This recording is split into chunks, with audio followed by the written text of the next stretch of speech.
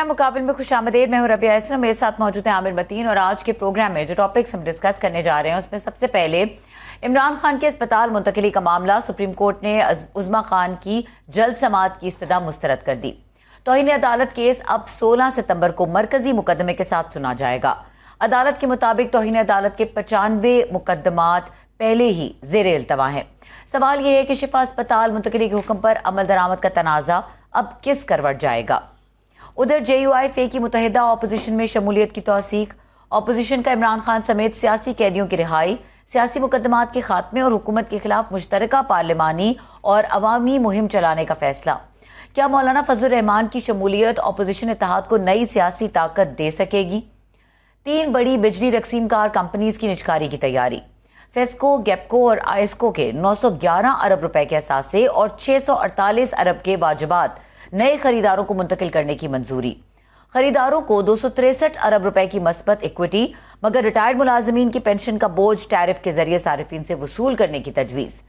نجکاری میں فائدہ کس کا اور بوجھ کس کا؟ صوبوں کے اخراجات 8627 ارب روپے تک پہنچ گئے. صوبائی ملازمین پر 2312 ارب اور پینشن پر 1141 ارب روپے خرچ ہوئے. ایسے میں نئے صوبوں کا مطالبہ، کیا مزید صوبے انتظامی مسائل کا حل ہوں گے یا اخراجات اور پینشن کا نیا بوجھ؟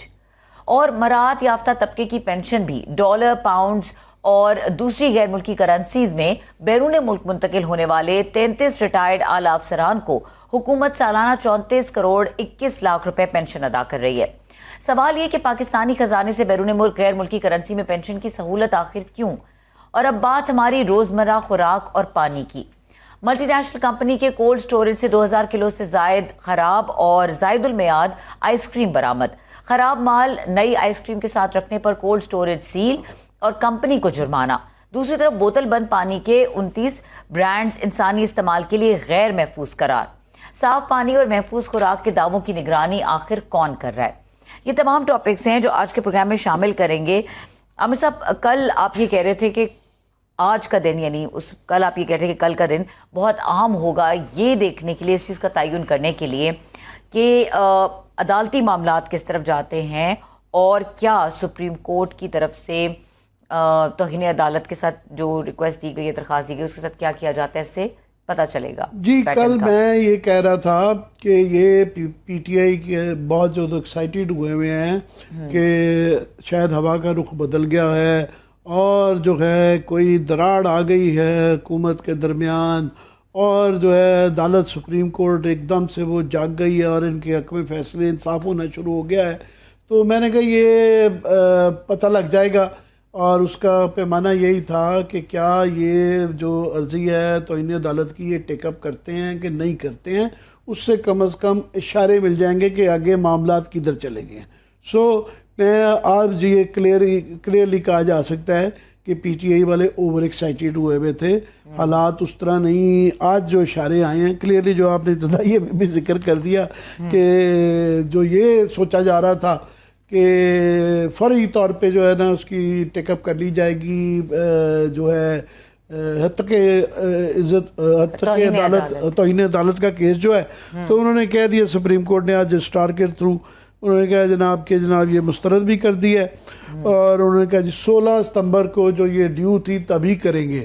تو یہ جو آرگیومنٹ پہلے لیا جا رہا تھا کہ کیونکہ عدالت اپنے فیصلے میں یہ لکھ چکی تھی کہ دونوں پارٹیز، حکومت اور پی ٹی آئی، اگر کوئی عمل درآمد نہ ہو تو رجوع کر سکتی ہے. سو اپنے ہی فیصلے کو انہوں نے وہ فی الحال اس کے اوپر انہوں نے ان کا ہوا بدل گئی ہے جو یہی آپ کہہ سکتے ہیں. ظاہر ہے عدالت کا احترام ہے، ہم کچھ اور تو نہیں کہہ سکتے، مگر انہوں نے یہ 16 ستمبر کا کہہ دیا، وہ کر دیا جائے گا. اور انہوں نے ساتھ میں توجیہ بھی اس کی دی ہے کہ کرنے کی وجہ یہ ہے کہ 95 مقدمات ہیں جو کہ توہین عدالت کے ہیں، تو اس کو خاص طور پہ فوقیت نہیں دی جا سکتی. تو جس طرح باقی ٹیک اپ کیے جا رہے ہیں تو یہ بھی اسی طرح ہوں گے. تو یہ جب ہوگا تب ہوگا. تو یہ ایکسائٹمنٹ تو ابھی پی ٹی آئی کی تو اس کے اوپر پانی کی ایک بالٹی پھیر دی ہے، باقی بھی دیکھ رہے ہیں کہ باقی ایکسائٹمنٹ بھی کم ہو جائے گی اس میں. ایک دوسرا یہ کہ فیصلہ جو ہے انہوں نے دونوں طرف سے وہی سٹانس ہے کہ فیصلہ پارشلی امپلیمنٹ ہوا ہے. آف کورس سب جوڈیس سے اس لیے ہم بڑے محتاط ہو کے بات کر رہے ہیں کہ وہ ان کا علاج جو ہے وہ شفا میں نہیں ہوا، پنز میں کیا گیا ہے. پی ٹی آئی کا خیال ہے کہ وہاں پہ سی ٹی جو ہے جیوگرافی کی مشین نہیں تھی. آج بائی دا وے پارلیمنٹ میں یہ بتایا گیا کہ وہاں مشینیں تھیں. اب وہ ایک علیحدہ بات ہے کہ حکومت جو ہے ان کو خود ہی نہیں پتہ تھا کہ ان کے وہاں پہ یہ علاج کی سہولت موجود ہے یا نہیں ہے، اور کیا اگر نہیں پتہ تھا یا پتہ تھا تو ادھر کیوں لے جایا گیا. یہ تو اب عدالت یہ والی چیزیں فیصلے کرے گی. بٹ پارشلی اتنا ضرور امپلیمنٹ ہوا ہے کہ پہلے بھی جو ہے نورین خان کی ملاقات ہو گئی تھی، اب دوبارہ ہفتے میں 2 دفعہ ان کی ملاقات کروائی گئی ہے. پھر بشرا بی بی اور عمران خان کی ملاقات کروائی گئی ہے، اور بشرا بی بی کی فیملی کی ملاقات کروائی گئی ہیں. ابھی تک یہ اطلاع نہیں آئی کہ فیصلے کے اندر یہ بھی تھا کہ ان کی ہفتے میں 2 دفعہ اپنے بچوں سے ٹیلی فون پہ بات کروائی جائے. ابھی تک میں نے کہیں یہ خبر نہیں دیکھی، جو ہے کسی رپورٹر نے بھی یہ نہیں بتایا. اور علیمہ خان کے حوالے سے جو بیان چل رہا تھا کہ انہوں نے ان کے بقول فون پہ بات نہیں کروائی. سو مجھے مصدقہ میرے پاس کوئی اس کی اطلاع نہیں ہے، مگر یہ ابھی تک کا وہ ہے. باقی دونوں طرف سے وہ جو بیانیے کی لڑائی ہے وہ چل رہی ہے، اور داد دینی پڑتی ہے. رانا ثناء اللہ صاحب کو وہ ہمیشہ سیاسی زیرک آدمی ہے اور سیاسی طور پہ سمجھداری کی بات کرتے ہیں. انہوں نے پارلیمان میں یہ کہا ہے کہ جناب یہ آف کورس یہ عدالت کا کہ ہوئی ہے، ان کی حد تک ہوئی ہے نہیں ہے، عدالت 16 ستمبر کو دیکھ لے گی. تو باقی یہ جو اس کا سارا نہ کروانے کی، پنز میں لے جانے کی جو وجہ ہے، انہوں نے کہا جی یہ کیونکہ سیکورٹی ریزنز تھے اور یہ انٹیریئر منسٹری کے انڈر آتا ہے، اس لیے کمشنر اور آئی جی کو جو ہے وہ ہے تو عدالت ان سے پوچھ لے گی. تو وہ بنیادی اس کے اندر جو یہ تھا، جو اشارہ دیا جا رہا تھا کہ محسن نقوی کو پی ٹی آئی نے بیچ میں نام میں نہ شامل کر کے، تو یہ شاید کوئی درمیان میں کوئی خلیج آ گئی ہے محسن نقوی اور باقی گورنمنٹ میں. تو انہوں نے بھی ڈال دیے کہ اگر آپ نے ایکشن لینا ہے تو ہمارا تو تعلق ہی نہیں ہے، یہ تو انٹیریئر منسٹری کا ہے. تو انٹیریئر منسٹری وہاں جواب دے دے گی کیونکہ ان کی سیکورٹی کنسرنز کی وجہ سے ایسا کیا گیا ہے. سو آپ اگر مہمانوں کا تعارف کروا دیں تو میں ان سے پوچھ لوں گا. جی ہمیں جوائن کیا ہے سینئر سیاستدان محمد علی درانی صاحب ہمارے ساتھ موجود ہیں، اور ماہر قانون فیصل چودھری نے بھی ہمیں جوائن کیا، ان کو ویلکم کریں گے. جی آپ دونوں حضرات کا بہت شکریہ ہمیں جوائن کرنے کا. میں درانی صاحب آپ کی اجازت سے فیصل چودھری صاحب سے ذرا اوپینین لے لیتا ہوں. پی ٹی آئی کی طرح یہ بھی ایکسائٹیڈ تھے اور انہوں نے بھی بہت زیادہ امیدیں لگائی ہوئی تھیں کہ یہ توہین عدالت کا کیس جو ہے نا فوراً ٹیک اپ کر دیا جائے گا. تو کیا ہوا آج چودھری صاحب؟ تھینک یو عامر صاحب.